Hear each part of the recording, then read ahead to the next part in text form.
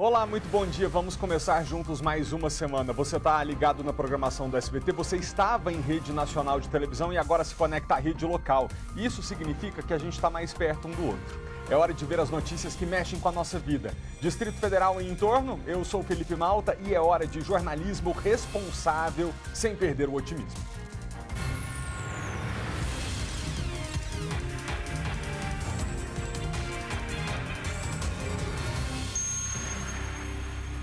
Bombeiros realizam buscas por empresário que desapareceu ao mergulhar no Lago Paranoá. Maicon Leão. Exatamente, Malta. Era para ser um passeio em família no sábado que infelizmente se transformou em uma tragédia. O Henrique pulou no Lago Paranoá para tentar salvar o boné de um amigo. Ele até conseguiu pegar o boné, mas não conseguiu voltar para a embarcação. Os bombeiros estão fazendo buscas. Nesse momento, mergulhadores fazem uma varredura aqui do lago e a gente traz detalhes dessa situação daqui a pouco. Vocês verem, né, gente, que coisa mais triste. Quando a gente diz aqui que não convém pular no lago sem colete, é de verdade. Muita água junta, é traiçoeira, você não sabe se tem ali uma força puxando para baixo, o que está acontecendo, muito difícil. A gente já atualiza o status das buscas por ele. Polícia Civil prende os 2 últimos suspeitos de envolvimento na morte do empresário Silvio Ronaldo. Vitória Mello. Inicialmente, a Polícia Civil falava em 4 suspeitos de atuarem diretamente nesse crime, mas durante os interrogatórios, os policiais tiveram a informação sobre um 5º integrante desse latrocínio, Felipe. Daqui a pouquinho a gente vai conversar com o delegado responsável por essa investigação a respeito do desfecho desse caso. Obrigado, Vicky. Até já. Mulher é assassinada por companheiro na frente dos filhos de 9 e 11 anos de idade no Itapuã. Meu Deus, que tragédia. Kátia Gomes. Uma grande tragédia, Malta. A vítima se chama Patrícia Rufino, ela tem 40 anos e ela foi morta pelo companheiro, o homem que viveu com ela 19 anos, com uma pia de banheiro. Ela ficou completamente desfigurada. Eu volto daqui a pouquinho com mais detalhes. Tá bom, obrigado. Nosso jornal já está no ar. Vamos começar falando dessas buscas no Lago Paranoá. Os mergulhadores do Corpo de Bombeiros estão buscando pelo empresário de 32 anos que desapareceu no lago nesse último fim de semana. Esse homem pulou de uma lancha para pegar um boné que tinha caído na água. Filha e esposa e também os amigos viram o momento em que ele se afogou e desapareceu. As buscas já duram mais de 40 horas. O empresário Henrique de Oliveira, de 32 anos, se afogou no Lago Paranoá na tarde de sábado. Familiares e amigos passaram o fim de semana acompanhando as buscas. A vítima estava com amigos e familiares em uma lancha aqui no Lago Paranoá. Por volta de 5 horas da tarde, o boné de um amigo caiu por conta do vento forte. Henrique mergulhou para tentar buscar o objeto, mas não retornou. A única filha do casal, de 16 anos, e a esposa chegaram a ver o momento em que Henrique se afogou. Na hora que ele pulou, começou a chover muito forte, o lago se mexer muito, e aí estava levando ele para longe da embarcação. A gente tentou de todas as formas ajudar, pegamos boia, corda. Um colega que sabia nadar, mais experiente, pulou no lago para tentar salvar, mas quando jogou a corda que chegou mais próximo dele, aí ele afundou. Segundo a esposa, Henrique não tinha bebido. Mais de 20 mergulhadores se revezam nas buscas, com o uso de sonar para rastrear mais de 10 mil metros quadrados do lago a partir do ponto indicado pela família. A nossa dificuldade é que a localização ela não está sendo exata. Então, o que a gente precisa? Nós estamos abrindo a equipe, ela faz contato com a pessoa que presenciou o fato e ela determina ali um quadrante. Então, à medida que ela não vai encontrando, ela vai ampliando. O vento forte na região no momento do acidente deixou o lago muito agitado, como mostra este vídeo gravado pelo Corpo de Bombeiros. Vento, inclusive, anormal, contrário, né, do que é comum ver aqui no lago. Então, tudo isso dificulta o mergulho, dificulta o nado. Então, qualquer aventura nas águas, nessa situação, pode se tornar uma tragédia. Um príncipe encantado, muito educado, muito gentil, sempre honrou os pais. Ele era um menino muito, muito bom. Ele é um menino muito, muito bom. Ele é um menino muito bom. Porque a gente não sabe o que aconteceu ainda, né? Então ele é um menino muito bom. Ainda sobre esse assunto, a gente volta a falar agora ao vivo com o repórter Maicon Leão, que está acompanhando este terceiro dia de buscas pelo empresário Henrique de Oliveira. Maicon, boa tarde para você. A gente já tem alguma novidade? Oi, Malta. Boa tarde para você, para todo mundo ligado no SBT Brasília. Infelizmente, ainda não. As buscas continuam, inclusive os familiares estão aqui ansiosos acompanhando esse trabalho do Corpo de Bombeiros e também até mesmo da Polícia Militar, que tem feito buscas também com lanchas, com jet ski. A gente acompanha ali vários amigos e familiares. Mais cedo, Malta, eles chegaram a fazer inclusive uma varredura a pé aqui nas margens do lago, mais próximo Corpo de Bombeiros, para trazer mais detalhes. Até cães estão ajudando nesse trabalho, Tenente? Boa tarde. Exatamente, boa tarde. Hoje, além dos mergulhadores, os cães também foram adicionados na busca. O cão nos traz uma facilidade porque qualquer secreção corporal que subir para a superfície, o cão consegue dar um indicativo. Aí são chamados mergulhadores para estar mergulhando nessa área onde o cão faz a indicação. Não tem a necessidade do cão, por exemplo, estar na água. Ali pelo barco mesmo que a gente percebe, inclusive é o barco ali do meio que faz essa movimentação, ele sente um odor, um cheiro diferente e anuncia para a equipe lá que percebeu algo diferente. Exatamente, como você pôde perceber e desenhou bem, o cão vai na proa do barco, bem atento e até animado na busca. E qualquer odor que ele vai sentir, ele faz a indicação. Vai um cão por vez, nós temos 3 cães na busca, mas porém vai apenas um cão por vez, para que um não atrapalhe o outro. O cão juntamente com o seu guia. E somado aos cães, temos também 4 duplas de mergulhadores que estão trabalhando pela técnica de arrasto. Acho que o link teve algum probleminha, né, gente? Mas a gente já tenta reconectar com o Maicon e com o oficial do Corpo de Bombeiros que nos atualiza sobre as buscas. Você vê que perigo, né? Especialmente agora que começou a chuva, gente. Talvez você esteja de dia com a sua família, numa lancha, numa embarcação, e aí entenda que o tempo está clarinho, que você pode até se arriscar e pular no lago sem colete, mas nunca pode, nunca é seguro demais. A gente vai agora falar com a Kátia Gomes. Uma mulher foi assassinada pelo ex-companheiro na frente dos filhos, de 9 e 11 anos de idade, na cidade do Itapuã. Segundo a Polícia Civil, esse casal já tinha um histórico de desentendimento e agressões. Kátia Gomes está com a gente, mas chama a atenção, né, Kátia, a brutalidade desse ataque contra essa mulher. Chama muito a atenção, Malta, até porque eles nem estavam mais juntos. Eles ficaram juntos cerca de 18 anos e há 4 anos eles estavam separados.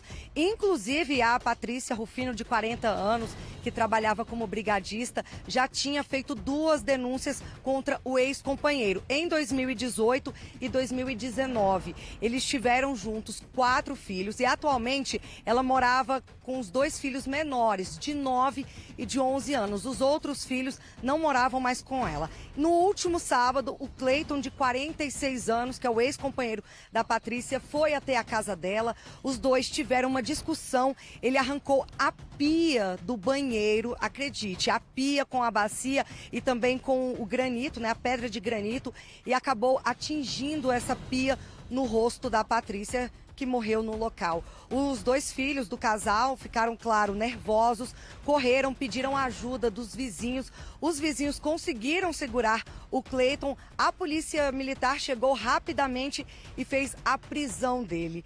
E infelizmente estamos aqui contando, né, que mais uma vez uma mulher foi vítima de feminicídio. A Patrícia foi enterrada agora há pouco aqui no cemitério Campo da Esperança, onde nós estamos. A família inteira está muito abalada e, claro, cobrando justiça. Eu vou conversar agora com o irmão da Patrícia, o Arthur Silva, que está aqui ao meu lado. Arthur, vocês não imaginavam que uma tragédia dessa poderia acontecer, porque eles já estavam há muito tempo separados, né? 4 anos já divorciados, apesar dela ter terminado o relacionamento por conta de discussões, vocês não imaginavam que isso pudesse acontecer? Não, no momento agora não. Somente que ela estava seguindo outra vida, outra carreira, lutando, trabalhando, estava amando a profissão dela e estava fazendo de tudo pelos filhos, né? Então a gente não estava nessa expectativa nenhuma de poder isso acontecer, que a gente não sabia porque eles não tinham mais contato nenhum, né? O que você sabe que aconteceu no sábado? No sábado, pela informação que eu tive, né, ele já estava uns 2 ou 3 dias bebendo e se drogando. Ela realmente foi atrás de alguma droga para ele. Depois disso, houve alguma discussão dentro da casa que a gente não sabe o que aconteceu. E ele, no momento, num ato de loucura, arrancou a pia do banheiro e bateu na cabeça da minha irmã. Ela morreu na hora. E as crianças viram tudo. Sim, as duas pequenas, os menores, viram tudo e correram na rua para pedir ajuda. E aí os vizinhos conseguiram segurá-lo? Sim, conseguiu contar, o filho dele, o Cleitinho, conseguiu ajudar a conter eles e mais os vizinhos, né, seguraram ele até rapidamente chegou a polícia, questão de minutos. E ele chegou a falar, ou em depoimento, ou ali na rua, por que ele estava fazendo aquilo? Ele disse aí, segundo ele, disse que ela estava traindo ele, mas se duas pessoas não estão juntas, não está traindo. E mesmo se estivesse traindo, isso não é motivo para fazer isso com ela. Sim, eles já estavam separados há 4 anos. Ela estava tentando retomar a vida? Ela estava em outro relacionamento?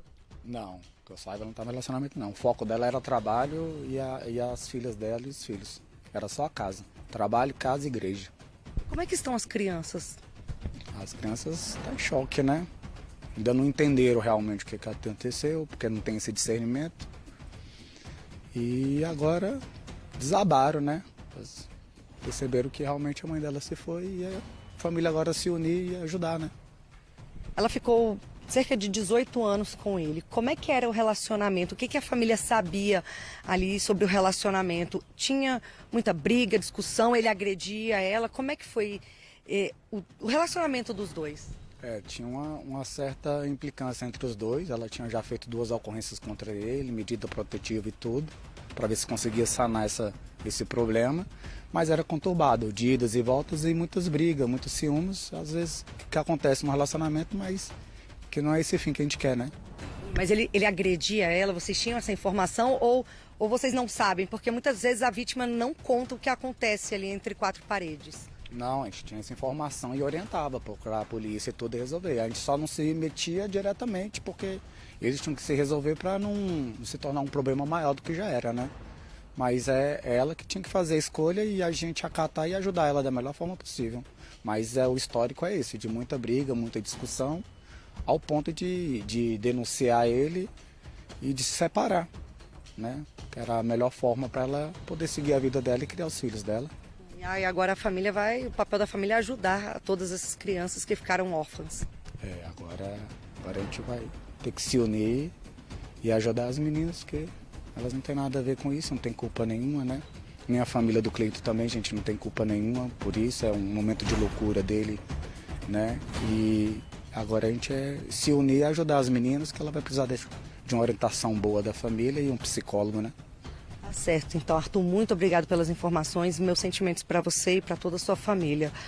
Malta, eu volto com você. Muito obrigado, Kátia. A gente fica por entender, eu acho que a gente pode noticiar isso 1 milhão de vezes e infelizmente são muitas as vezes que a gente tem esse tipo de história e eu nunca vou conseguir compreender o que passa pela cabeça de um homem que, para além do injustificável e inaceitável ódio contra aquela mulher, ele ainda não pensa no futuro de 2 crianças que ficam órfãs. Órfãos porque estão sem a mãe para sempre, que foi morta, e provavelmente até mesmo sem o pai, né, que se sobrevive, vai para a cadeia. Isso é inaceitável, eu não consigo entender.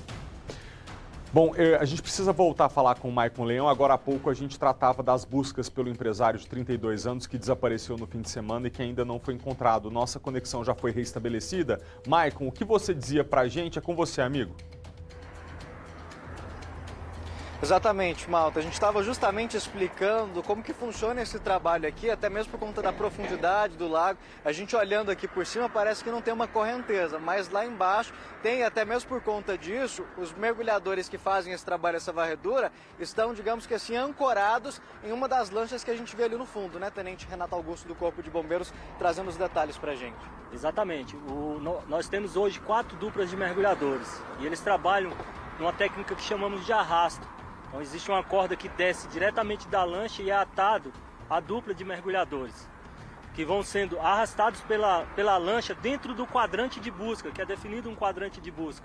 E lá embaixo vagarosamente eles vão tateando no chão, porque não existe visibilidade. A profundidade média está dando 15 metros. Então eles vão tateando para ver se encontra o corpo da vítima. Encontrando o corpo da vítima, eles seguram, eles dão um sinal pelo próprio cabo e são içados. Tenente, a gente estava falando, olhando daqui assim, a gente percebe, não tem uma correnteza grande ao nosso olho, mas lá embaixo a situação é diferente? Positivo. Lá embaixo, o corpo é muito leve, então qualquer movimento da água, qualquer corrente vai movimentando o corpo. Então a primeira busca foi feita onde os populares que presenciaram indicaram que ele tinha afundado. Então eles definiram aquele quadrante, fizeram a busca no quadrante, mas provavelmente esse corpo já se movimentou. Então foram definidos outros quadrantes e essa busca é feita de dia justamente para que o piloto da lancha consiga se orientar dentro do quadrante. À noite não tem como fazer orientação. Por isso que trabalha na técnica de arrasto, porque o mergulhador lá sem visibilidade também não consegue se orientar. Então ele é arrastado dentro do quadrante até perfazer todo o quadrante, aí eles mudam de quadrante. Tenente, além da equipe que está ali ao fundo que a gente percebe, nas margens do lago também tem equipes com jet ski que fazem essa varredura. Fazem essa varredura porque existe a probabilidade, né, talvez não hoje, mas talvez a partir de amanhã, do corpo estar flutuando, caso nós não consigamos encontrar ele hoje. Então, com 72 horas, existe essa possibilidade do corpo flutuar e esse corpo flutuando ele vai se movimentar, né? Então, por isso que ficam fazendo essa ronda no local. Além dessas equipes do Corpo de Bombeiros, a gente vê também até um trabalho integrado com a Polícia Militar, com algumas lanchas e jet skis, fazendo essa outra vistoria. Agora há pouco, uma equipe passou aqui perto da margem, todo mundo no intuito de localizar o corpo do Henrique. Todo mundo unido para tentar localizar o corpo da vítima. Inclusive hoje tivemos aqui a Polícia Militar, a lancha da Polícia Militar fazendo ronda, já tivemos lancha da Marinha fazendo ronda também. O interessante é que hoje também adicionamos os cães na busca. 3 cães foram adicionados à busca. Nós temos 2 embarcações, uma embarcação está arrastando os mergulhadores e a outra embarcação está exclusiva para o cão.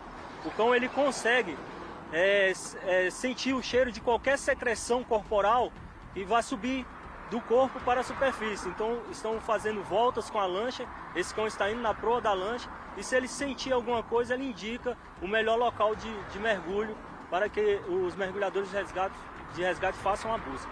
Tenente, é importante num caso como esse a gente sempre criar o alerta, até porque final de semana a gente sabe muitas famílias vêm para o lago fazer passeio de lancha, de jet ski e como a gente está reforçando aqui, a olho nu parece uma água muito tranquila.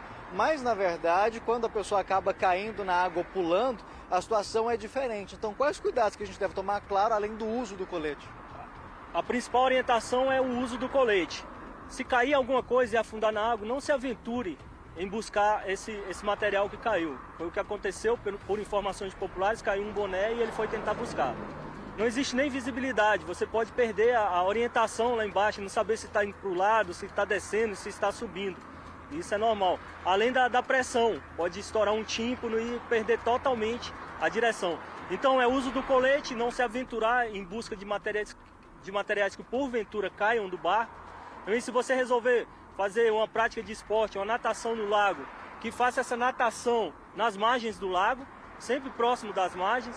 Você vai fazer essa natação também que amarre na sua cintura algum material flutuante, né, uma corda atada a um espaguete ou alguma boia, e caso você esteja nadando, né, na própria margem aqui, não se afastando, nadando na margem e venha se sentir mal, você se segure nesse objeto flutuante. São orientações que a gente dá. Além do que, a bebida alcoólica não combina com você saltar na água e nadar.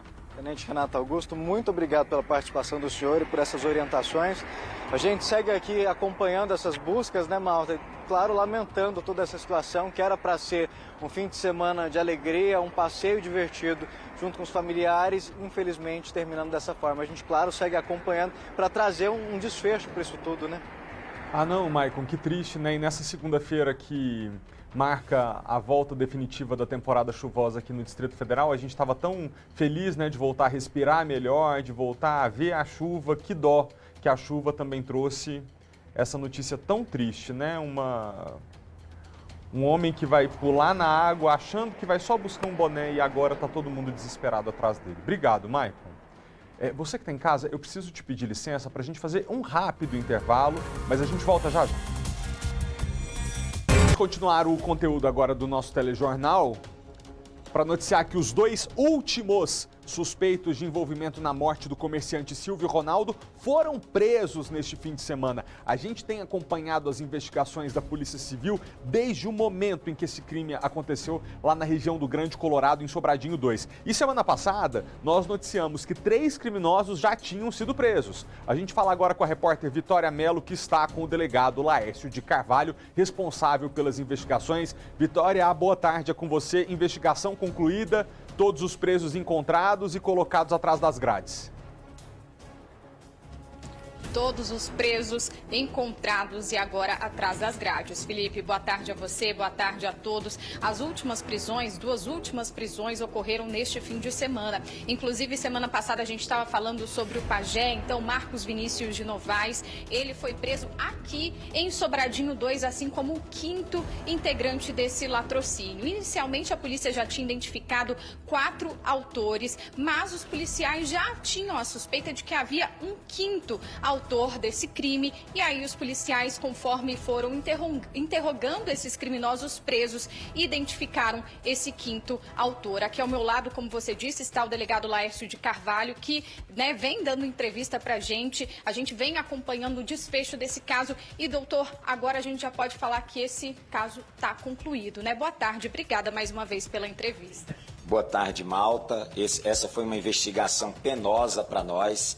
Por várias vezes as nossas equipes tiveram que sair do Distrito Federal à procura desses indivíduos, mas graças a Deus encerramos a investigação com os 5 envolvidos presos e a resposta da Polícia Civil à sociedade que tanto necessitava desse retorno da polícia.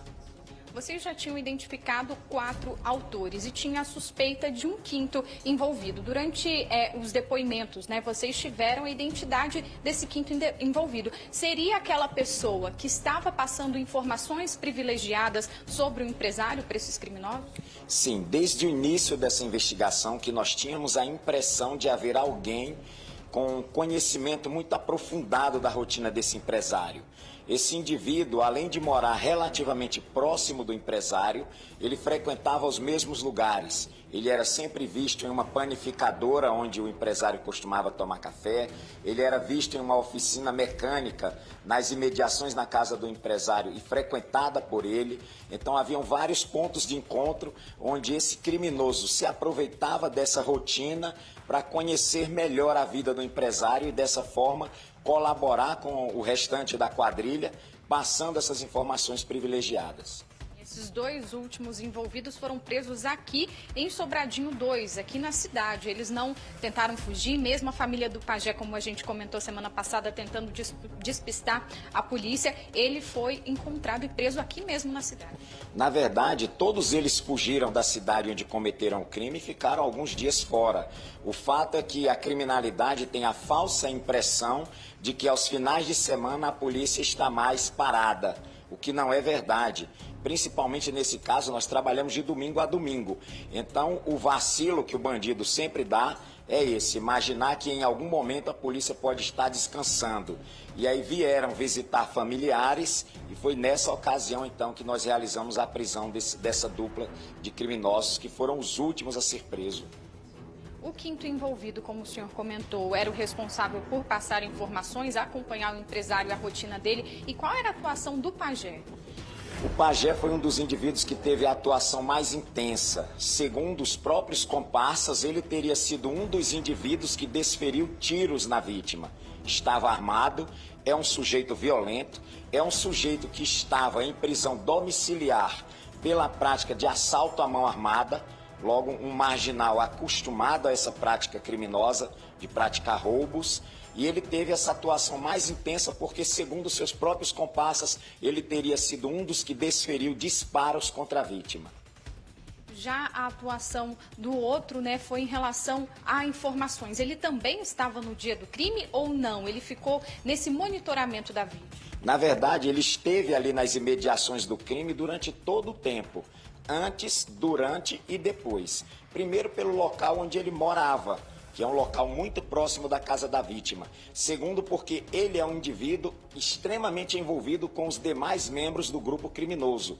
Então ele era sempre visto na companhia desses outros criminosos, manuseando arma, planejando crimes, fazendo uso de drogas. Então, por mais que ele queira aí se desvencilhar de sua responsabilidade, é farta a prova no sentido da participação ativa dele no contexto desse crime. E algum deles em depoimento contou como foi esse crime, doutor? Que tinha aquela dúvida de quanto levaram, por que mataram, já que o empresário possivelmente não esboçou uma reação, ele entregou o dinheiro aos criminosos? Todos os criminosos presos deram algum tipo de informação relevante a respeito da dinâmica do crime. Alguns deles chegou a fornecer detalhes muito precisos da dinâmica do crime. Outros se ativeram a dar informações superficiais, mas todos, de alguma maneira, deram informações que contribuíram com a elucidação completa desse delito. E a ideia mesmo era roubar o empresário. E aí, pela maldade mesmo, eles acabaram tirando a vida do Silvio. Com certeza, o intuito do grupo inteiro foi se apropriar de valores. Todos eles, sem nenhuma exceção, tinham plena consciência de que haviam elevados valores em espécies no interior da casa da vítima. Eles estudaram durante muitos dias a rotina dessa vítima, conheciam bem. Então, nenhum entrou ali naquela casa imaginando que nada iria encontrar. Podem até ter se decepcionado com o quantum, com o valor localizado no interior da casa, mas que sabiam que havia muito dinheiro lá, isso é certo. Como o senhor disse, são criminosos com vasta ficha criminal. Então, assim, a polícia concluiu esse trabalho com sucesso até para tirar esses bandidos das ruas, né? É verdade, eu quero aqui fazer um agradecimento a todos vocês da imprensa, porque por conta desse trabalho tão bem feito que vocês fizeram, um outro latrocínio que ocorreu no estado do Maranhão, na cidade de Barra do Corda, acabou sendo esclarecido. Nós estamos hoje cumprindo a prisão de um desses marginais pela prática de um latrocínio ocorrido lá no estado do Maranhão por um dos integrantes desse grupo criminoso que tirou a vida desse empresário. Então, por aí vocês percebem o quanto essa organização criminosa era voltada à prática de crimes bárbaros. E, doutor, familiares, né? Tiveram vários integrantes desse grupo que familiares ajudaram. Todos eles vão acabar respondendo por crimes? Com certeza. Na verdade, todos os familiares de todos esses marginais colaboraram para tentar fazer com que eles se livrassem da justiça, fornecendo meios materiais para que eles fugissem, carro, dinheiro e toda sorte de aparato. Um deles chegou a alugar uma casa em um condomínio em Valparaíso, em um local bem escondido, bem retirado, e esse marginal ficava ali dentro da casa sem sair para nada. Então a família desempenhou um papel horrível de apoio irrestrito à fuga praticada por esses marginais. Doutor, muito obrigada pelas informações, parabéns pelo trabalho de toda a equipe aqui da 35ª, a gente agradece a atenção do senhor. Então é isso, Felipe, caso encerrado, 5 criminosos autores do latrocínio do empresário Silvio Ronaldo já estão atrás das grades e o que a gente espera é que continuem presos. Eu volto com você. Obrigado, Vitória. Eu recebo, junto com a equipe aqui, os agradecimentos do Dr. Laércio, transmito também os parabéns à equipe da polícia, porque essa é uma prova inequívoca de que, infelizmente, certos crimes graves ainda acontecem no Distrito Federal. Bom que se pontue, todos eles tinham ficha criminal, então são pessoas que não deveriam estar nas ruas, mas por falha do nosso sistema judiciário e penitenciário estavam nas ruas, e aí acontece uma tragédia irreversível como essa, uma família que perde um pai, uma empresa que perde um chefe, um homem honesto, querido por muita gente, nas mãos de pessoas que já deveriam estar presas, mas aí vem a polícia e prende de novo. Será que continuarão presos? Assim a gente espera. Não é possível, né, que daqui a algum tempo, pouco tempo, estarei eu e a Vitória aqui noticiando um outro crime grave, talvez de novo até o próprio Dr. Laércio dizendo que está procurando esses mesmos bandidos, porque a justiça os terá colocado de fora da cadeia em liberdade outra vez. Isso é inaceitável. Obrigado, Vitória. Um arsenal com submetralhadora e mais de 200 cartuchos de munição foi apreendido em Ceilândia nesse fim de semana pela Polícia Militar. Além do armamento que a gente vê agora na imagem, a polícia ainda encontrou 2 quilos de cocaína e uma pistola de mentira. A polícia chegou ao local após rastrear um celular roubado, que foi recuperado. O suspeito, que seria dono de todo esse material, não estava em casa. O caso é investigado pela 12ª Delegacia de Ceilândia. Tudo que foi encontrado foi apreendido. A polícia também investiga um possível ato de vandalismo no setor O, também em Ceilândia. É que um ônibus pegou fogo no fim de semana. Detalhe, ele estava estacionado no pátio da empresa, desligado. Por isso, a suspeita é de que alguém tenha ateado fogo no veículo. Os bombeiros foram chamados e combateram as chamas. Foram usadas 3 viaturas e 13 homens para apagar o incêndio. Não houve feridos. Nós entramos em contato com a empresa São José, que é a responsável pelo ônibus, e ainda não tivemos resposta. Agora eu peço licença para a gente te atualizar quanto ao noticiário internacional. Os britânicos enfrentam espera de até 16 horas para se despedir de Elizabeth II. No sábado, quem conseguiu entrar teve a oportunidade de ver de perto a família real. Os netos da monarca, entre eles os príncipes Harry e William, fizeram a vigília do caixão. No silêncio do imenso salão, os 8 netos da rainha se posicionaram perto do caixão. Poucos puderam ver a cena de perto nos 15 minutos em que eles fizeram a guarda. Do lado de fora, a fila chegava quase a 10 quilômetros. No fim da manhã, o rei e o filho William pararam para cumprimentar a multidão. Em outro ponto de Londres, a multidão se espremia pacientemente. Isso para chegar a lugares como este aqui. Nós estamos no Green Park, que é um parque que fica ao lado do Palácio de Buckingham. E essa área aqui foi transformada quase que espontaneamente num grande memorial em homenagem a Elizabeth II. Muitas pessoas não conseguiram ir para outros lugares, acabaram vindo para cá para trazer flores e homenagear a rainha e participar de alguma maneira desse momento tão importante. As homenagens começaram em uma árvore e se transformaram em centenas de canteiros com milhares de flores e bilhetes. Foi ali que encontramos Rita e Andréia, mãe e filha. Ela, com 91 anos, viu a rainha ser coroada e hoje me disse não podia deixar de homenageá-la.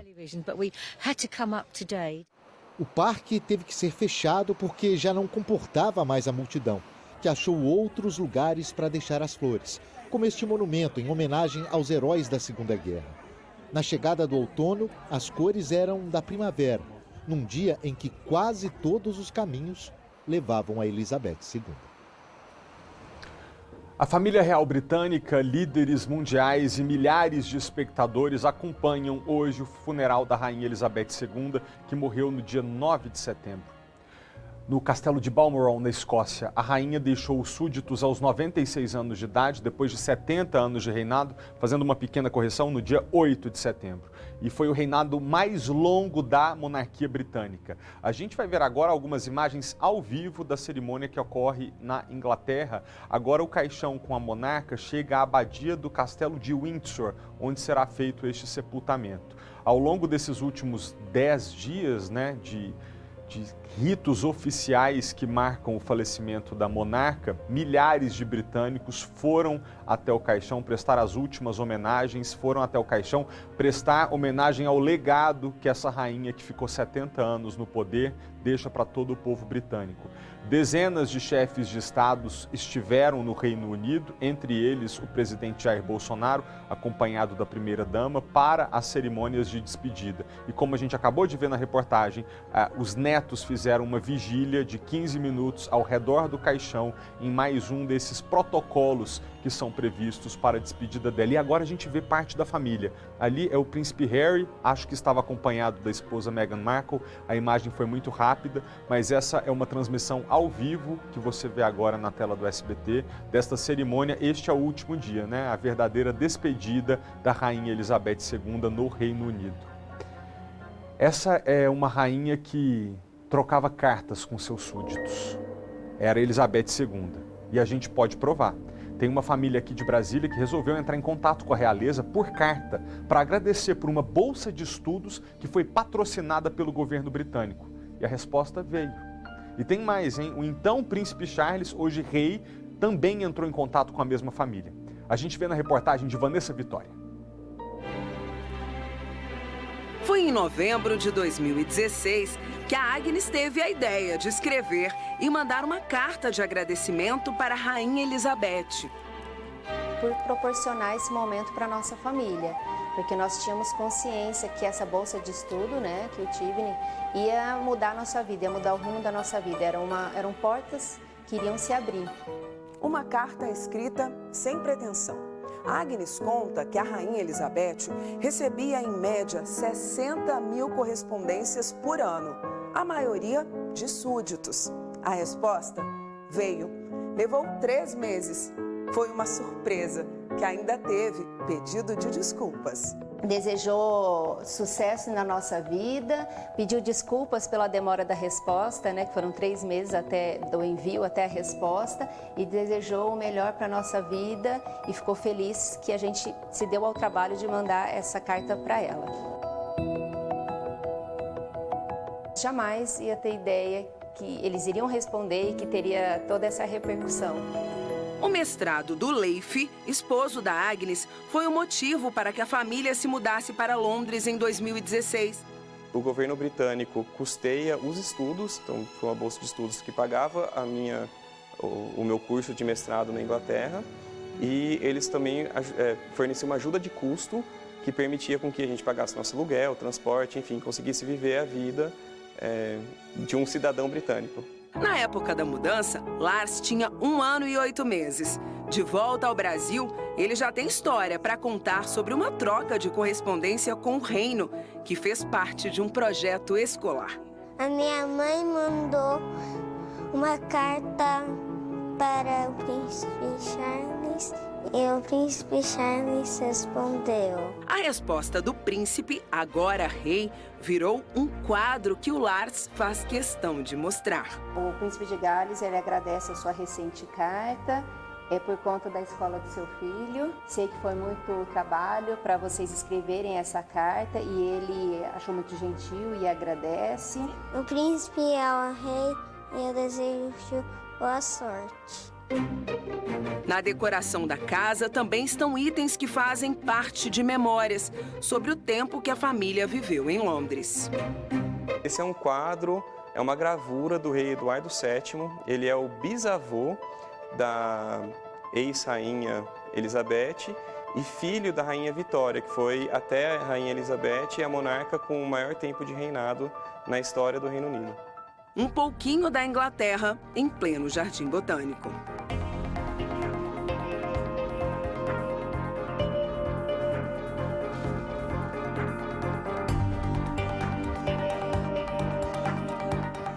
A hora do chá reúne toda a família. Aqui, ó, na xícara, a rainha da Inglaterra. O jogo inteiro é do Jubileu de Prata. Um momento muito especial para os filhos da Agnes e do Leif. E é claro que eu aproveitei para tomar um chazinho britânico com as crianças.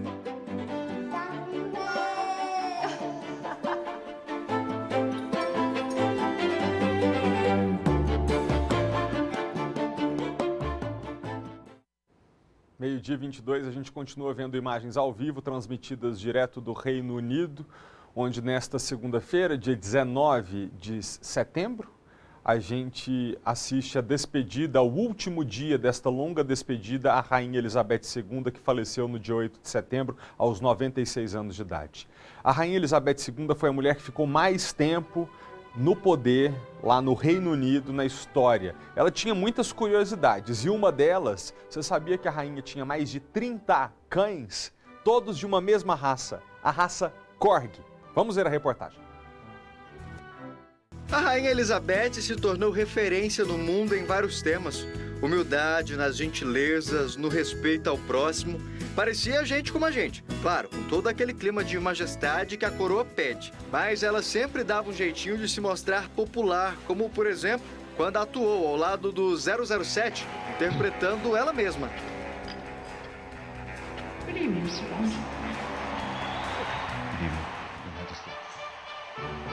Mas para os amantes de dogs, foram outros participantes que roubaram a cena. Quem são esses dois aí, passeando pelo palácio? São os corgis da rainha. Elizabeth era tutora de mais de 30 deles, que se tornaram até personagem de filme. Eu sempre fui o favorito da rainha. Oh, Rex! Isso, garoto! Na vida real, ela sempre esteve com eles por perto. Em vários momentos foi fotografada com seus dogs. E nós fomos atrás para conhecer mais sobre essa raça que tem se tornado uma queridinha de muitos. São cães pequenos, né? Só que são pastores, né? O aprendizado de um pastor, aprender a fazer xixi cocô no lugar, o companheirismo, a docilidade de um pastor, não tem nada que se compara. Além da imagem associada à realeza britânica, os corgis têm virado fenômeno na internet e estão entre as raças mais procuradas da internet. Isso por conta do seu tamanho, formato das patinhas reduzidas e também por conta do tamanho do bumbum. Além de ter um bumbum em formato de coração, oh meu Deus, que fofura! Olha o jeitinho que eles ficam deitados, que gracinha! Mas cuidado, o olhar deles também podem dizer muito. Ou melhor, julga muito. E se mostram muito inteligentes para aprender o que você quiser ensinar. Eles dentro do palácio, eles são cães extremamente elegantes, cães extremamente educados e comportados, né? Então, eles com isso, eles se tornam cães que a gente fala da realeza britânica, né? São cães extremamente elegantes, extremamente educados, é de uma educação fora do normal. Que eles são uma fofura e até mesmo um exemplo de comportamento, isso a gente já não tem mais dúvidas. Mas para você ter um filhotinho como esse aqui, por exemplo, você vai ter que desembolsar um valor quase que de uma moto, viu? Pelo fato da gente só vender filhotes castrados, você quase não acha dessa raça para vender. Então evita a propagação e evita a queda do valor da raça. Vou trazer uma informação extraoficial, porque eu não sei se é verdade, mas eu li em algum lugar da internet um relato de que os cachorrinhos tinham ficado para o príncipe William, né? Espero que eles sejam bem cuidados, porque eram o xodó da rainha. De volta ao Distrito Federal, a gente fala agora sobre Covid-19. A Agência Nacional de Vigilância Sanitária aprovou a aplicação da vacina da Pfizer em crianças a partir de 6 meses até 4 anos. Agora, o Ministério da Saúde espera a aprovação da área técnica da pasta para começar a vacinação. Vamos ver a reportagem. A mãe do Samuel, de 4 anos, levou o filho até o posto de saúde em Brasília para tomar a segunda dose da vacina contra a Covid-19. Ela sabe da importância de manter as crianças longe da doença. Se tiver a terceira, quarta, quinta, ele vai tomar todas. Antes da aprovação da vacina da Pfizer para bebês a partir de 6 meses e crianças até 4 anos, somente a faixa etária entre 3 e 5 anos poderia ser imunizada com a vacina Coronavac. Faltava um grupo muito especial, que infelizmente em 2022 ainda registra 12 mil hospitalizações por Covid. Mais de 400 óbitos ocorreram em crianças menores de 5 anos de idade em nosso país só em 2022. Isso é mais do que todas as doenças do calendário infantil e vacinal somadas juntas. A vacina da Pfizer, que já é aplicada em crianças em outros países, foi aprovada após estudos clínicos que indicaram a segurança e eficácia do imunizante. A composição, a dosagem e até a embalagem, que terá a tampa na cor vinho, são específicas para esse público-alvo. A imunização será em 3 doses. O intervalo entre a primeira e a segunda doses será de 3 semanas e de 8 semanas para a última. O Ministério da Saúde é quem estabelece o calendário de imunização no país. Ele orienta estados e municípios como fazer o procedimento na hora da aplicação. O Ministério da Saúde enviou uma nota dizendo que o contrato com a Pfizer prevê o fornecimento de todas as vacinas aprovadas pela Anvisa. Nesse momento, o setor técnico do Ministério da Saúde avalia se vai ou não recomendar a vacinação para essa faixa etária, de 6 meses a 4 anos. Caso haja a recomendação da área técnica da pasta, a vacina será incluída no Plano Nacional de Imunização. Eu vou te pedir licença para a gente fazer só mais um rápido break, é o último de hoje. Depois a gente toca o jornal até o final direto, tá bom? Voltamos já.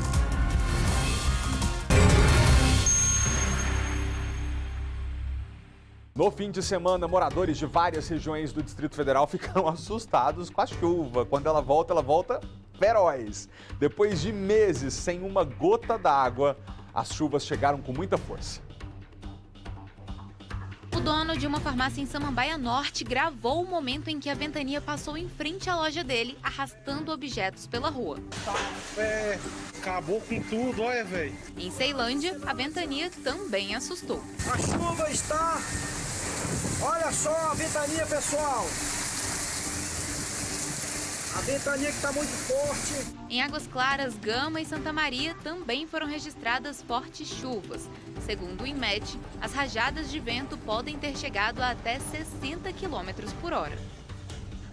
Sobre esse tornado que foi flagrado dentro de uma farmácia em Samambaia Norte, a gente fala agora ao vivo com a repórter Kátia Gomes, que está no Instituto Nacional de Meteorologia, para explicar o fenômeno. Kátia, o que causou esse tornado e, mais importante, é provável que ele se repita agora que a chuva está voltando? Olha, Malta, não dá para afirmar se vai ter outro tornado ou não, porque aqui no DF não existe nenhum equipamento que monitora tornado. Então, não acontece como a previsão do tempo, a previsão de chuva, né? Que a gente sabe quando vai chover. Com o tornado, isso é imprevisível. E o que causou esse tornado, né? Olha, por incrível que pareça, não é tão incomum tornado aqui no Distrito Federal. E o que causou foi justamente essa mudança climática. O que é mais comum a gente ver aqui em Brasília são aquelas nuvens, né, que elas ficam girando. Só que o tornado, ele acontece quando essa nuvem que geralmente gira, ela encosta no chão. Aí é chamado de tornado. Mas para explicar melhor, né, de forma mais técnica, quem entende do assunto é o Mamedes Melo, que é meteorologista aqui do INMET. Mamedes, me diz uma coisa, né? Igual eu falei, não é tão incomum esse tornado, mas geralmente a gente vê essa nuvem, né, que geralmente gira. Qual que é a diferença quando acontece de fato o tornado que a gente viu aí, que saiu causando estrago lá em Samambaia? Boa tarde, Kátia, Felipe, boa tarde a todos os telespectadores. Primeiro, nós temos que ter um ambiente favorável para a formação do tornado. Temos que ter bastante calor e também bastante umidade. Isso vai dar geração à nuvem cumulonimbus, que é o que vai produzir, vamos dizer assim, esse tornado, esse fenômeno. Mas eu tranquilizo a população que nem todo esse ambiente vai formar uma nuvem que vai ocasionar um tornado. Isso aí é um monitoramento, como você falou. Não tem como prever um tornado, pois não temos assim uma cadeia boa de radares meteorológicos para tentar ver essa nuvem mais propícia à formação do tornado. Mas, é claro, né, nesse período de transição é comum isso acontecer. E a diferença, Kátia, é de que nessa nuvem, quando ela começa a formar o funil, que ela começa a querer se desprender da nuvem, vindo em direção à Terra, aí sim, ela começa a ocasionar ali uma área de baixa pressão. E quando realmente esse funil da nuvem toca a superfície terrestre, é que vai ser considerado o tornado. E normalmente, quando ele toca o chão, essa velocidade estimada pela escala Fujita, que é uma escala que mede essa força dos ventos, ela fica entre o primeiro, que vai de um F0 até um F5, vai de 64 km por hora até mais ou menos 115, 116 km por hora. Porque, como você disse, essa nuvem funil é bem comum, a gente já viu diversas vezes, né? Mas tocar no chão que é um pouco mais difícil, mesmo assim acontece. Exato, porque é como eu frisei, nós estamos num período de transição e o tornado é mais comum do que se pensa, do que muita gente imagina. Ele acontece em grande parte do Brasil. Só não acontece, vamos dizer assim, o lugar menos favorável para acontecer um tornado é justamente ali no Círculo Polar Ártico ou Antártico, que está mais frio, então ali não tem condições. Mas fora isso, tem condições de acontecer. E aqui no Distrito Federal é comum acontecer essas nuvens funis, é claro que a gente não tem registro se chegou a se formar um tornado ou não. Mas é perigoso ou não? O tornado pode ser de mais simples até mais grave? Com toda certeza, entre os fenômenos meteorológicos na meteorologia, ele é um fenômeno mais da natureza, ele é um fenômeno mais intenso, mais forte que existe, apesar de que ele se restringe a uma área menor, mas ele é o mais violento, com toda certeza. Se ele tocar o chão, que nem agora que tocou numa área urbana, que felizmente não teve vítimas, com certeza ele funciona como um sugador, ele pega o que está no chão e joga para cima, porque o centro da baixa pressão está mais ao alto. Então, com certeza, é fatal se chegar a acontecer para pegar alguma pessoa. Bom, não sabemos, né, da previsão de tornado, mas e a previsão de chuva para os próximos dias? Porque ontem mesmo, né, o vento forte e a chuva acabou, inclusive, causando estragos lá no Guará. Qual que é a previsão ao longo da semana? Bom, felizmente, depois de a gente passar em mais de 132 dias sem chuva aqui para o Distrito Federal, ela voltou e voltou com força. A previsão para essa semana é de continuarmos acontecendo essa chuva, principalmente do período da tarde em diante, só que na virada astronomicamente falando da primavera, dia 22 para o dia 23, há condições de chuva bem volumosa aqui para o Distrito Federal e deve se estender ao longo de toda essa semana e também provavelmente vai se estender até o final do mês. É claro, vai ter sol de manhã, chuva à tarde, isso aí é uma coisa que vai continuar acontecendo, mas que felizmente vai dar uma boa amenizada na temperatura e na umidade relativa do ar. Médios, alguma mudança aqui significativa aqui no mapa, né? Que aqui a gente consegue entender o que vai acontecer. Essas nuvens aqui, por exemplo, eu vim aqui semana passada, elas não estavam aparecendo. Agora, felizmente, a umidade começou a chegar aqui no nosso quadradinho, em grande parte aqui do entorno, e isso já é previsão, né, de que hoje à tarde, com o aquecimento diurno, poderemos ter novamente algumas chuvas assim, mais fortes e pontuais aqui para o DF. Ou seja, já é sinal dessa chuva aqui sobre a nossa região. Agora, o que preocupa também são as rajadas de ventos. Entre 40 e 60 quilômetros, muita coisa, muito forte. As pessoas têm que tomar cuidado e se preocupar com isso também. Com toda certeza. Nesse período, quando tem essa mudança, né, essa transição, é bom tomar cuidado, porque quando vem essa chuva, enquanto o ambiente estiver ainda meio quente e abafado, é comum essa chuva vir com todo aquele pacote. Trovoadas, rajada de vento, descargas elétricas, possibilidade até mesmo de queda de granizo. E isso acompanhado com essas rajadas de vento que pode até mesmo ser maior do que essa que você está falando, acima de 40 km por hora. Isso não está descartado que pode acontecer. Essa chuva mais intensa vai durar até o final do mês. Para o mês que vem, como é que fica a situação? Fica um pouco mais ameno? Ou porque continua chovendo? Sim, outubro está sendo previsto até chuvas aqui para nós dentro da média, ligeiramente acima da média, ou seja, com uma expectativa muito boa, porque apesar de estarmos ainda com a influência do Laninha, que vem influenciando mais de 3 anos aqui sobre o globo terrestre, a tendência é que ele já vai ficando fraco e a chuva tende a voltar à normalidade dentro do ciclo dela que ocorre aqui na nossa região. Tá certo, então, Mamedes, muito obrigado pelas informações. Então, claro, né, gente, tomar cuidado, sair de casa com guarda-chuvas e tentar se proteger, não deixar o carro ali embaixo de árvores, porque os ventos fortes devem atingir aqui Brasília nas próximas semanas. Eu volto com você, Malta. Obrigado, Kátia, pelas informações. A gente reclamou, né, que a chuva não estava vindo. Agora veio. Mas, importante ficar alerta, olha só, no Guará 2, as paredes da obra de uma igreja caíram durante o temporal. E por causa do risco de desabamento, todo o lugar foi isolado pela Defesa Civil. Maicon Leão, a situação ainda é de risco?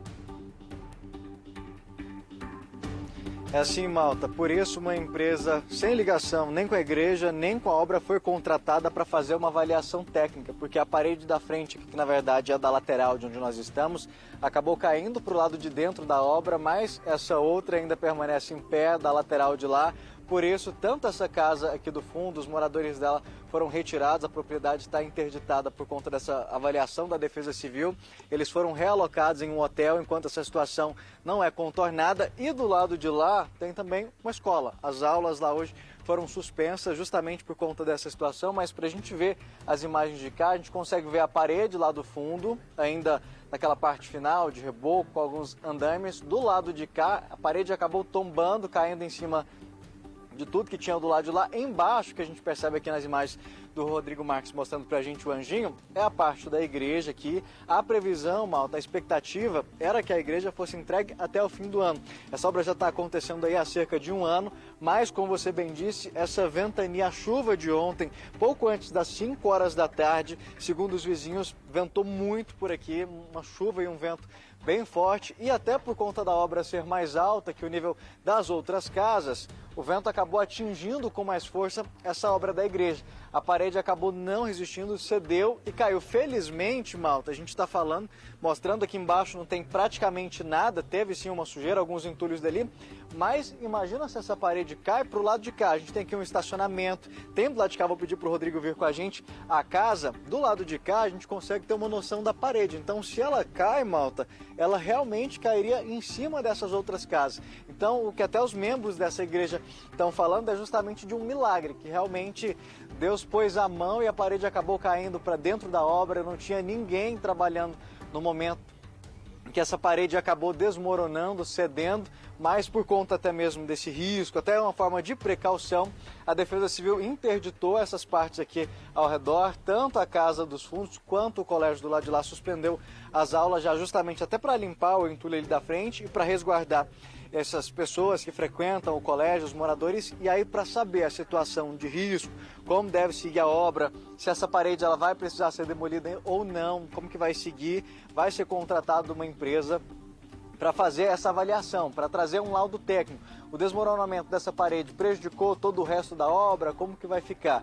A priori está tudo sob controle, mas é necessário essa avaliação para que a obra possa ser retomada e finalizada. A expectativa era que tudo ficasse pronto até o fim do ano, mas agora deve prorrogar mais um pouquinho, viu, malta?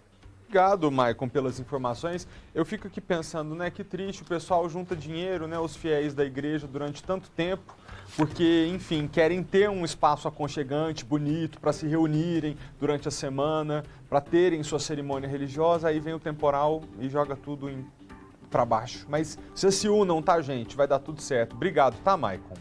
Mesmo causando transtornos pelo Distrito Federal, essa chuva do fim de semana acabou também, em parte, sendo um alívio para as pessoas que não aguentavam mais a seca, especialmente quem sofre com doença respiratória, né? E a chuva também é boa para dar um fim às queimadas, porque a nossa região estava sofrendo demais com isso.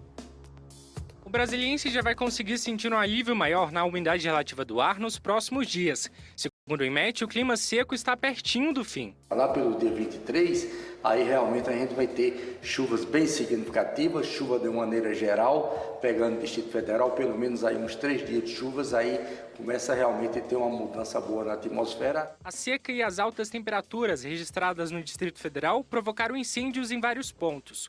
O fogo chegou perto das casas na região do Parkway, destruindo também depósitos e até um carro. O seu Silvio conta como percebeu que o fogo estava invadindo o quintal da casa dele.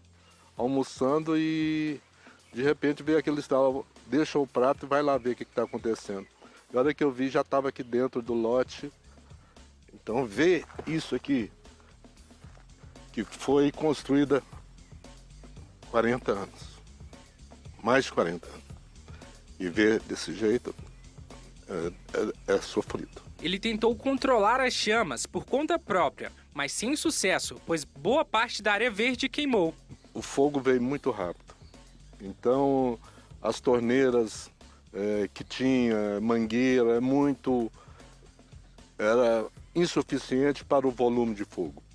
E as labaredas subiam e caíam em vários lugares, queimando vários lugares ao mesmo tempo. O Parque Nacional de Brasília continua com focos em lugares isolados. A área queimada já soma mais de 7.000 hectares. A previsão é de chuvas fortes de até 10 milímetros na quarta-feira.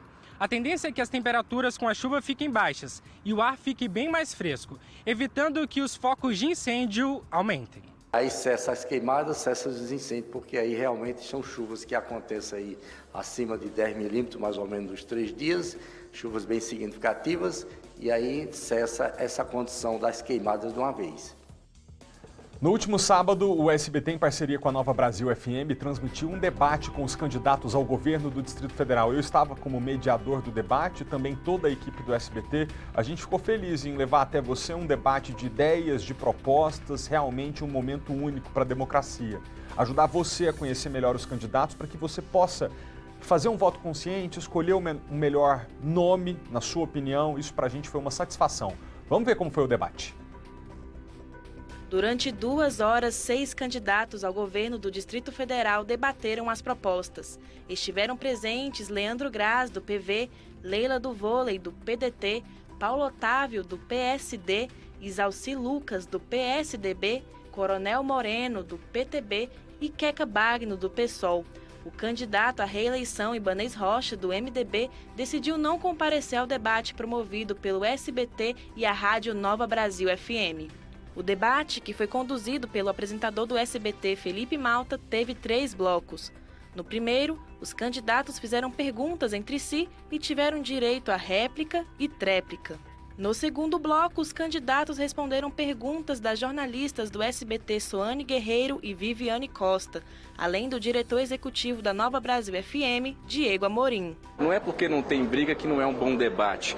Nós vimos aqui um debate com proposição de ideias, uma oportunidade para que esses 6 candidatos que vieram apresentarem as suas propostas. O debate, ele é um primeiro momento, então, que as pessoas podem conhecer um pouco mais das propostas e depois pesquisar mais. De repente, se ela se sentiu uma afinidade com o candidato, viu que tem ali uma proposta interessante, ela pode ir atrás, então o papel é esse. Por fim, no último bloco, os candidatos usaram o tempo restante para convencer os eleitores nas considerações finais. Nos próximos 4 anos eu quero governar Brasília, fazer um governo diferente. Sou contra a reeleição, não quero reeleição, quero fazer um governo que possa unir, um governo humano. Eu amo essa cidade, eu nasci aqui e eu quero fazer o melhor governo que essa cidade já viu. Um governo humano, um governo que tenha sentimento pelas pessoas. Isso começa pelo exemplo do governador. Eu venho com a proposta da nova política, uma proposta da nova era na política. Com respeito ao cidadão, o Estado serve ao cidadão. Convido vocês a trazer o seu voto. O voto útil é votar em quem você acredita, é votar em quem te apresenta e te representa nas políticas públicas. A gente está cansada. Quero ser a primeira governadora que vai governar para os brasilienses, para todos os brasilienses, porque não tem negócios, porque não tem interesse. Eu quero governar Brasília principalmente para aqueles que mais precisam, para esses jovens que estão desempregados, desiludidos. Nós vamos resgatar Brasília. Há 2 semanas para as eleições, os candidatos apresentaram propostas e projetos para o governo do Distrito Federal. Foram abordados temas como saúde, educação, transporte e combate à corrupção. Essa foi uma oportunidade para que os candidatos se apresentem para o eleitor que ainda não decidiu o seu voto. Eles falaram muito sobre questões que a gente no dia a dia precisa realmente de mudanças e de novas possibilidades. Então eles falaram aqui muito sobre essa questão da mobilidade, metrô, né, quais são as propostas para poder ampliar esse metrô, que são propostas que a gente sempre está escutando e agora a gente precisa realmente saber como é que vão colocar em prática. Se por acaso você perdeu o debate e quiser ver, é só entrar no canal do SBT Brasília no YouTube. Quem assistiu e quiser rever também está convidado. Resultados do Exame Nacional do Ensino Fundamental mostram piora no aprendizado durante a pandemia. Paulo, 17 anos, cursa o 9º ano do Fundamental na rede pública. O rapaz diz que não conseguiu acompanhar as aulas online. Eu ficava sem conexão, no caso. A internet caía, a matéria também, algumas vezes o professor não digitava direito, então não dava para fazer. Realidade de milhares de estudantes, segundo o Índice de Desenvolvimento da Educação Básica de 2021. O IDEB é divulgado a cada 2 anos e considera a taxa de aprovação dos alunos e o desempenho no Sistema de Avaliação da Educação Básica, o SAEB. No ano passado, o Brasil não atingiu nenhuma meta do IDEB nas etapas da educação básica. De cada 10 estudantes com 7 anos, do 2º ano do ensino fundamental, 3 não conseguiam escrever nem ler palavras isoladas, ou seja, não estavam alfabetizados. Em relação à matemática, 2 em cada 10 alunos não conseguiam fazer operações simples de soma e subtração. Antes da pandemia, 16% estavam nessa situação. Mesmo com a orientação do Conselho Nacional de Educação de não reprovar alunos durante a pandemia, só 71% dos estudantes participaram da avaliação. Segundo especialistas, o número é um reflexo da falta de estímulo. A gente tem quase 30% de estudantes que não participaram do SAEB, provavelmente aqueles estudantes que não conseguiram manter o vínculo com a escola durante o ensino remoto e que provavelmente vão precisar de mais ajuda, mais apoio com esse retorno presencial.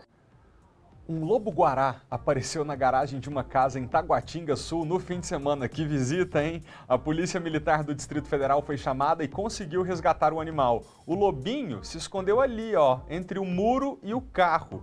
Mas com a ajuda de uma espécie de coleira, né, um tipo de coleira, o policial conseguiu colocar à distância esse objeto e aí o animal foi arrastado até uma pequena jaula. Tadinho, devia estar assustado, né? Ele foi levado ao zoológico de Brasília para receber tratamento médico e depois deve ser devolvido à natureza. Uma escola do Paranoá desenvolveu um projeto muito legal chamado Sementinhas Alegres. Sabe como é que funciona? Os próprios alunos cultivam a horta. E além de produzirem o próprio alimento, os pequenos entendem a importância de preservar o meio ambiente. A Escola Classe Lamarão, localizada na zona rural do Paranoá, fica a 70 quilômetros do centro de Brasília. Um lugar calmo, rodeado de vegetação, que transmite o sentimento de paz. Em uma área do colégio, a terra ganhou um colorido, com o projeto Sementinhas Alegres. Os alunos do Integral estão cultivando e cuidando da plantação de verduras e hortaliças. Após a pandemia, ficamos um tempo longe da escola, com modalidade remota, e percebemos que as nossas crianças estavam inseguras, ansiosas. A ideia do projeto ela veio para ajudar essas crianças, porque seria impossível atingir a questão pedagógica, as lacunas em branco que ficaram para trás se as nossas crianças não estavam bem. Então a horta ela veio para somar, para que pudéssemos ajudar essas crianças nas questões emocionais. A montagem da horta começou com a busca por pneus e garrafas PETs. Os alunos pintaram um por um. As garrafas transparentes também receberam cor. Enquanto um grupo de alunos cuida do cercado da horta, outro prepara a terra para o cultivo. Todo o processo é feito pelos próprios alunos. Aqui, eles literalmente colocam a mão na terra. A Fazenda Malunga, que trabalha com alimentos orgânicos, abraçou o projeto e tem doado sementes de couve, alface, pimentão, rúcula, coentro e cebolinha. Eu pego as mudas da Fazenda Malunga, trago para a escola, E aqui a gente faz a parte de orientação, de como plantar, de como regar, de como colher e o melhor, de comer o próprio alimento que produziu. Além das hortaliças e verduras, a plantação conta ainda com o cultivo de chás medicinais. A horta começou a ser construída no mês de março. As primeiras mudas cresceram e já foram colhidas. Daqui, as verduras vão direto para a cozinha da escola, onde são servidas no almoço como complemento. O que sobra, os alunos levam para casa. A minha mãe gostou, ela fez uma salada, ficou maravilhosa e ela também adorou que eu tenha entrado na Integral para mim poder plantar, regar, pintar. E também adorou muito, ela quer que eu plante mais e quer que eu leve mais para casa para ela poder experimentar. Para a estudante Yasmin, de 11 anos, o cultivo tem sido mais do que uma atividade extra. Funciona como terapia. Eu melhorei a minha alimentação e também porque eu comecei a refrescar mais minha memória com a horta. Porque eu estava pensando muita coisa ruim por causa da pandemia. A horta tornou a escola um ambiente mais calmo, feliz, onde os alunos têm prazer de passar o dia inteiro. Há um tempo atrás, em outros anos, eles não queriam, a gente tinha que ficar atrás, não vamos, é importante, vamos participar, vocês precisam. E agora não. Agora a gente não tem mais esse problema, porque está atrativo, está interessante. Então, o projeto, ele atraiu as crianças para a Integral. Eu não sinto mais dor de vir para a escola, porque antes era chato, a gente vinha e só estudava. Mas hoje, com a horta, a gente vem, brinca, na Integral a gente molha a horta, planta, colhe. E é bom por causa que a gente come a comida que a gente plantou.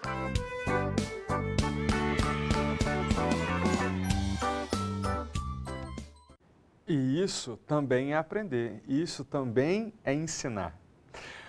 Bom, eu tenho um convite para você. Próximo mês, mês de outubro, é meu aniversário! Bom, ainda esse ano, por que eu estou dizendo isso aqui no ar? Porque vai ter festa e o SBT quer convidar você, nosso telespectador, para mim é festinha de aniversário. Vai ser uma gravação especial do Sábado, no Teatro do Brasília Shopping, que está aqui no nosso telão, e a quem desde já eu agradeço por receber o nosso pessoal. Vai ter música, vai ter brincadeira, doce, bolo, lembrancinha de festa, vai ser um aniversário completo. Você quer ser convidado ou convidada? É tão simples. Acesse agora o Instagram do SBT Brasília e clica no link que está lá na bio, sabe? Que fica a descrição da página, embaixo tem um link. Você clica e vai cair numa página de inscrição. Olha aqui, ó, @SBT Brasília. Tem que seguir também, tá, pessoal? O perfil do SBT. Aí você coloca seus dados e responde: por que você merece ser convidado ou convidada para minha festinha de aniversário? Os telespectadores que enviarem as melhores respostas ganham o convite. A gente entra em contato e conta todos os detalhes, data, horário, tudo. Vai rolar a festa e vai ser bom demais. Eu quero muito, nesse momento de celebrar aniversário, com o apoio da emissora de TV, dar um abraço em você. O aniversário é meu, mas o presente que eu peço é a sua companhia. Então acesse @SBT Brasília, siga o perfil do Instagram, isso é muito importante. Só é convidado para essa festinha de aniversário quem está seguindo o Instagram do SBT e explica por que você quer participar. Dentro desse cadastro, você também diz, por exemplo, você vai levar seu filho, sua filha. Atenção, menores de 18 anos é a mãe ou o pai que tem que fazer a inscrição, tá? E levar você, pequeno, pequena, como acompanhante. Então todos convidados, vai rolar a festa. Obrigado pela companhia e pela audiência. Agora é hora do horário eleitoral obrigatório. Na sequência tem o SBT Esportes Brasília. Boa semana pra gente. Tchau.